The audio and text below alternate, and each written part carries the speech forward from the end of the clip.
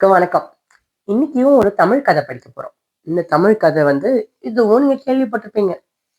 ஆடு மேய்க்கும் சிறுவனும் ஓநாயும். ஒரு ஓநாய் இருக்கு, இங்க ஒரு சிறுவன் இருக்கான். சிறுவன்னா யாரு? ஒரு பாய். அவனும் அவன் ஆடு மேய்க்கிறான். ஆடுன்னா என்ன? கோட்ஸ், ஷீப் அதெல்லாம் சொல்லுவாங்கல்ல. ஸோ ஷீப்னா செம்மறி ஆடு சொல்லுவாங்கல்ல. அதெல்லாம் மேய்ச்சிட்டு இருக்கான். மேய்ச்சிட்டு இருக்கான்னா அவன் பார்த்துக்கிறான். மேய்ப்பான்னு சொல்லுவாங்க அவனை.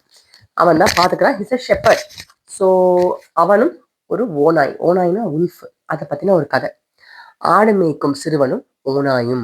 ஆடு மேய்க்கும் சிறுவன் ஒருவன் தன் முதலாளியின் ஆடுகளை மேய்த்து வந்தான். முதலாளினா யாரு? ஓனர். அவங்க ஓனர் அவங்ககிட்ட ஒரு ஒரு 10 செம்மறி ஆடை கொடுத்து, இதெல்லாம் அங்க புல்வெளியில போய் மேய்ச்சிட்டு வா அப்படிங்கிறாங்க. அப்படின்னு வந்திருக்கான். திடீரென்று அவனுக்கு ஒரு குறும்பான யோசனை தோன்றியது. அவன் அழகா அந்த புல்வெளிக்கு கொண்டு வந்துட்டான். அப்படியே அங்கேயே உட்காந்துட்டே இருக்கு. அவனுக்கு கொஞ்சம் போர் அடிக்குது.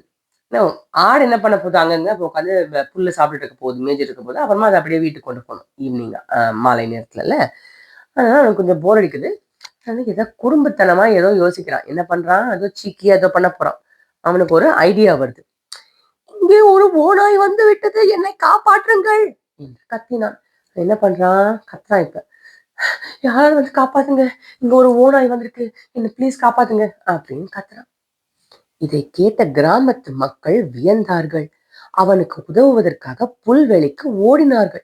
இங்க அவன் புல்வெளியில பண்ணிட்டு இருக்காங்க. அப்புறமா அங்க நிறைய பேர் வேலை செஞ்சுட்டு இருக்காங்க. இங்க இந்த ஃபார்ம்ல எல்லாம் அந்த அந்த உழவர்கள்லாம் இருப்பாங்கல்ல, அங்கெல்லாம் வேலை செஞ்சுட்டு இருக்காங்க. ஏதோ ஏதோ வேலைதான் செஞ்சுட்டு இருக்காங்க மக்கள் அங்க. ஸோ இவன் இப்படி கத்தின உடனே, ஐயோ பாவமே அப்படின்னு சொல்லிட்டு பயந்து எல்லாம் ஓடி வராங்க. எங்க? புல்வெளி. யார்? இந்த பையனை காப்பாத்துறதுக்கு. அவர்கள் ஓநாயை அடிப்பதற்காக குச்சிகள், பிற கருவிகளை கொண்டு வந்தார்கள். கையில நிறைய குச்சி எல்லாம் கொண்டு வரலாம், ஓநாயை அடிக்கிறதுக்காக அப்படின்னு கொண்டு வராங்க. ஆனால் அங்கு ஓநாயே இல்லை. அங்க ஓநாய் இல்லைல்ல. அவன் தானே சும்மா ஏதாவது குறும்புத்தனமா பண்ணுவோம் தானே பண்ணியிருக்கான். அங்கு ஓநாய் இல்லை. அவர்கள் ஏமாந்து போனதை கண்டு புல்வெளியில் விழுந்து புரண்டு சிரித்தான் ஆடு மேய்க்கும் சிறுவன். அவங்க எல்லாம் என்னது, ஓநாயை காணுமே அப்படின்னு பாக்குறாங்க. இவன் அப்படியே புல்வெளியில விழுந்து உருண்டு உருண்டு சிரிக்கான். ஐயோ எப்படி பண்ணிட்டீங்க, ஏமாத்திட்டேன் உங்களை அப்படின்னு. பாவம் அறியா பையன் என்று சொன்னபடி கிராமத்தார் திரும்பி சென்றார்கள். அவங்களாம் சரி, சின்ன பையன் தானே, சும்மா ஏதோ விளையாட்டா பண்ணிட்டான், இனிமே அப்படி பண்ண மாட்டான் அப்படின்னு சொல்லிட்டு அவங்க திரும்பி போயிட்டாங்க. அவங்க வேலை செய்யணும்னு போயிட்டான். சில நாட்கள் கழித்து இன்னொரு முறை அதே தந்திரத்தை செயல்படுத்தி கிராமத்தாரை ஏமாற்ற தீர்மானித்தான் ஆடு மேய்க்கும் சிறுவன். இன்னும் கொஞ்ச நாள் கழிச்சு திரும்பவும் போர் அடிக்குது, திரும்பவும் இதையே பண்ணலாம் அப்படின்னு திரும்பவும் அவன் எல்லாரும் ஏமாத்துறான். இந்த முறையும் கிராமத்தார் அவனுக்கு உதவுவதற்காக ஓடி வந்தார்கள். சரி, மேபி அந்த வாட்டிதான் அவன் பொய் சொல்லிட்டான், சும்மா சொல்லிட்டான் விளையாட்டுக்கு. இந்த வாட்டி நிஜமாவே ஓனாய் வந்திருக்க போல அப்படின்னு திரும்பவும் குச்சியெல்லாம் எடுத்துட்டு ஓடி வராங்க. இன்னொரு முறை ஏமாற்றப்பட்டு விட்டதை அறிந்தார்கள். திரும்பவும் ஏமாந்துட்டோம் அப்படின்னு நினைச்சு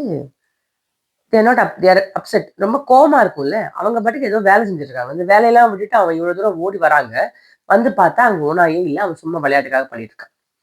நான் ஒரு நாயை பார்த்து ஓனாய் என்று நினைத்து விட்டேன் என்றான் சிறுவன். உனக்கு எவ்வளவு கொழுப்பு. அவன் சொல்றான், இல்லைங்க, நான் ஒரு நாயை பார்த்துட்டு அது ஒரு ஓனாய் போல அப்படின்னு நினைச்சிட்டேன், சாரி அப்படிங்க. குறும்புக்கார பையன் என்று சொன்னபடி கிராமத்தார் திரும்பி விட்டார்கள். ஸோ சிலருக்கெல்லாம் கோவமா இருக்கு, சிலருக்கெல்லாம் சரி போ, இன்னொரு தடவை அவனை விட்டுடலாம், மன்னிச்சு விட்டுடலாம் அப்படின்னு விட்டாங்க. இப்ப என்ன ஆக போகுது? சில நாள் கழித்து சிறுவன் ஆடு மேய்த்து கொண்டிருக்கையில் ஒரு உருமலை கேட்டான். சத்தம் கேக்குது, உருமல் சத்தம் கேக்குது. உண்மையிலேயே அங்கு ஒரு ஓநாய் வந்திருந்தது. அங்க நிஜமாவே இந்த வாட்டி ஒரு ஓநாய் வந்தாச்சு. சாருக்கு என்ன பண்றதுன்னே தெரியல நம்ம சிறுவனுக்கு. நடுங்கி போன சிறுவன் புல்வெளியில் அங்கும் இங்கும் ஓடினான். கிராமத்தாரை நோக்கி கத்தினான், ஓடி வாருங்கள், உண்மையாகவே ஓநாய் வந்திருக்கிறது, என்னை காப்பாற்றுங்கள் அப்படின்னு சொல்றான்.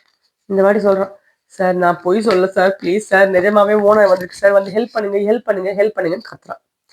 கிராமத்தார் அங்க சிரிச்சிட்டு இருக்காங்க. கிராமத்தார் ஆடு மேய்க்கும் சிறுவன் கத்துவதை கேட்டார்கள்.